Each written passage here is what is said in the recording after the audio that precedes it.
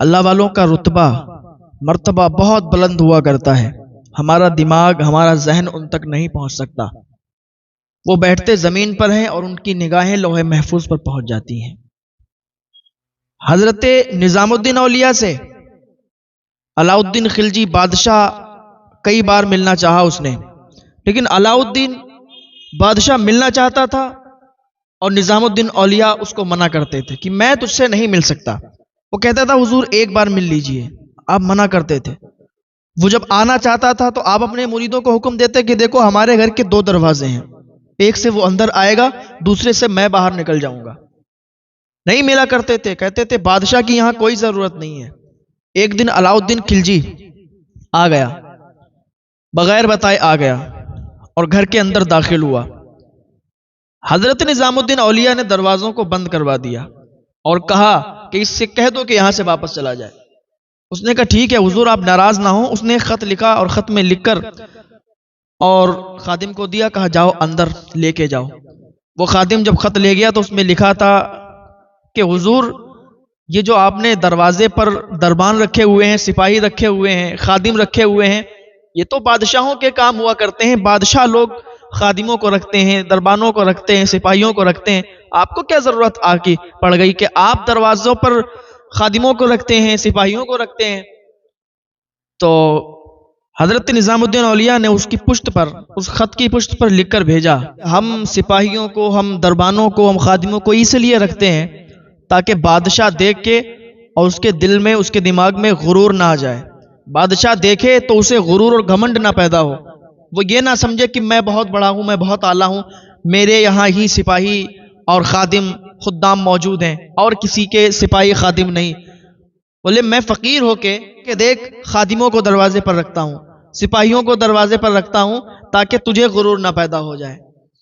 تو اس نے کہا اچھا۔ اس نے خط لکھ کر بھیجا اور خط میں لکھا تھا کہ حضور میں آپ کا جو یہ آستانہ ہے، آپ کا گھر ہے، اس میں ٹہلنا چاہتا ہوں۔ حضرت نظام الدین اولیاء نے پھر خط کی پشت پر لکھ دیا کہ ٹھیک ہے ٹہلنا چاہتا ہے تو ٹہل لے۔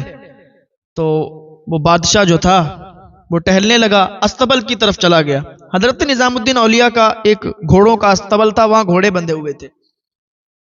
جب بادشاہ نے دیکھا کہ گھوڑے بندھے ہوئے ہیں، اندر گیا، کیا دیکھتا ہے کہ گھوڑوں کو جہاں باندھا ہوا ہے اور گھوڑوں کے گلے میں جو زنجیریں پڑی ہوئی ہیں وہ سونے کی زنجیریں ہیں، گھوڑے سونے کی زنجیروں میں بندھے ہوئے ہیں۔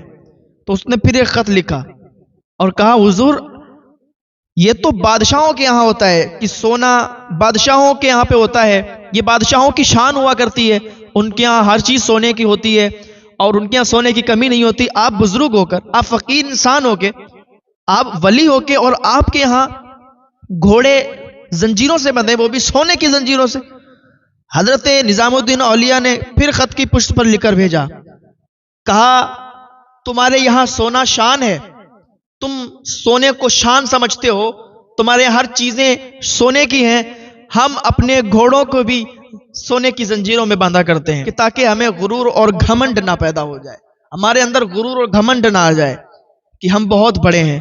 تو ہمارے یہاں گھوڑے بھی سونے کی زنجیروں میں باندھے ہوئے ہیں۔ تو اللہ والوں کی شان یہ ہوا کرتی ہے کہ ان کے یہاں کسی چیز کی کمی نہیں ہوتی ہے، ان کے دروازے پر اگر کوئی پہنچ جائے تو پھر خالی ہاتھ واپس نہیں جاتا ہے، یہ کچھ نہ کچھ ضرور عطا کرتے ہیں۔ دنیا تو یہ دیکھتی ہے کہ ان کے یہاں کچھ بھی نہیں ہے، دنیا یہ دیکھتی ہے کہ یہ فقیر ہیں، ان کے پاس کچھ بھی نہیں ہے، لیکن مانگنے والا کوئی خالی ان کے در سے جاتا نہیں ہے۔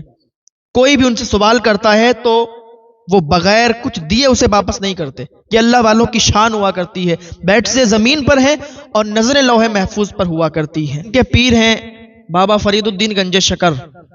تو بابا فرید نے پوچھا بیٹا تم محب بنو گے یا محبوب بنو گے؟ تو انہوں نے کہا ٹھیک ہے ماں سے پوچھ کے بتاؤں گا۔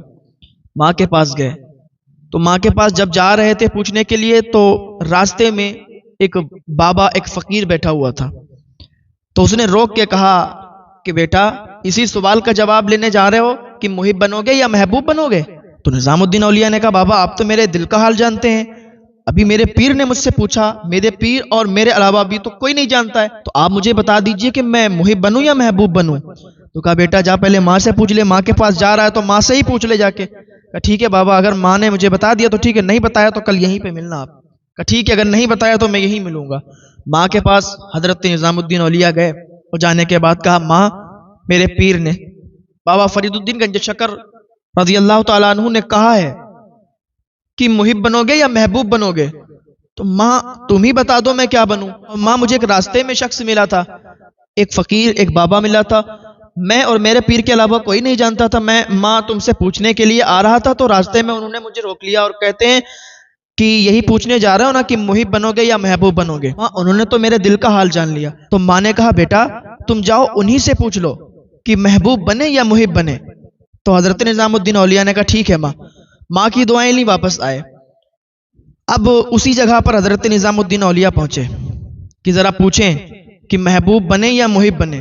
جب اس جگہ پر پہنچے تو پھر وہ شخص، وہ فقیر، وہ بابا وہاں موجود نہیں۔ اب لوگوں سے معلوم کیا کہ یہاں پر ایک شخص، ایک بابا بیٹھا ہوا تھا جو لوگوں کے دلوں کی باتیں بتا دیتا ہے، تو وہ کہاں چلا گیا؟ لوگوں نے کہا اچھا اس بابا کی بات کرتے ہو؟ ارے وہ تو مر گیا اور اسے لوگوں نے اٹھا کے وہ دیکھو گندگی کے ڈھیر میں ڈال دیا ہے۔ تو حضرت نظام الدین اولیاء دوڑتے ہوئے ادھر گئے، دیکھا کیا وہ اس کا انتقال ہو گیا ہے اور گندگی کی ڈھیر پر پڑا ہے۔ حضرت نظام الدین اولیاء نے کہا کہ واہ بھائی، کل تو بڑی بڑی باتیں کرتے تھے کہ محب بنو گے یا محبوب بنو گے، ماں نے اگر نہیں بتایا تو ادھر ہی آ جانا، میں بتا دوں گا۔ آج میں جب تمہارے پاس آیا تو تم چلے گئے دنیا چھوڑ کے، اور چھوڑ کے ہی نہیں گئے بلکہ گندگی کی ڈھیر پہ تمہیں لوگوں نے ڈال دیا ہے۔ کیسے ہو تم؟ تم نے مجھ سے وعدہ کر لیا تھا اور وعدہ نبھائے بغیر آپ دنیا سے چلے گئے۔ آپ نے مجھے بتایا نہیں کہ میں کیا بنوں، اب میں کس سے جا کے پوچھوں گا؟ اتنی بات کہی نا نظام الدین اولیاء نے، تو وہ شخص اٹھ کے کھڑا ہو گیا اور کہتا ہے بیٹا یہی بات تو تجھے سمجھا رہا ہوں میں کہ اگر محب بنو گے تو پھر حال یہی ہوگا کہ گندگی کے ڈھیر پہ بھی لوگ ڈال دیں گے، کوئی کچھ پوچھنے والا نہیں ہوگا، درندے نوچ نوچ کر کھائیں گے لیکن کوئی پوچھنے والا نہیں آئے گا۔ اور اگر محبوب بنو گے تو تمہاری قبر پر بھی میلے لگیں گے۔ اگر محبوب بنو گے تو تمہاری شان، تمہارا مرتبہ بہت اعلیٰ ہو جائے گا۔ محب بنو گے تو پھر اسی طریقے سے تمہارا حال ہوگا۔ حضرت نظام الدین اولیاء ماں کے پاس جاتے ہیں، ماں پوچھتی ہے بیٹا کیا بنو گے، محبوب بنو گے یا محب بنو گے؟ اس نے کیا بتایا؟ تو حضرت نظام الدین اولیاء کہتے ہیں ماں مجھے محب نہیں بننا، میں تو محبوب بنوں گا۔ آج دیکھ لیں آپ، پوری دنیا حضرت نظام الدین اولیاء کو محبوب الہی کے نام سے جانتی اور پہچانتی ہے۔ دلی میں جن کا مزار ہے تو یہ اللہ والوں کی شان ہوا کرتی ہے۔ اللہ والے بیٹھتے زمین پر ہیں، ان کی نگاہیں لوح محفوظ پر ہوا کرتی ہیں، انسان کو دیکھ کر اس کی تقدیریں بدل دیا کرتے ہیں۔ یہ اللہ والوں کی شان، اللہ والوں کو پابر ہوا کرتا ہے۔ ہم ان کے بارے میں کچھ سوچ بھی نہیں سکتے کہ ان کا مرتبہ، ان کا پاور کیا ہوتا ہے۔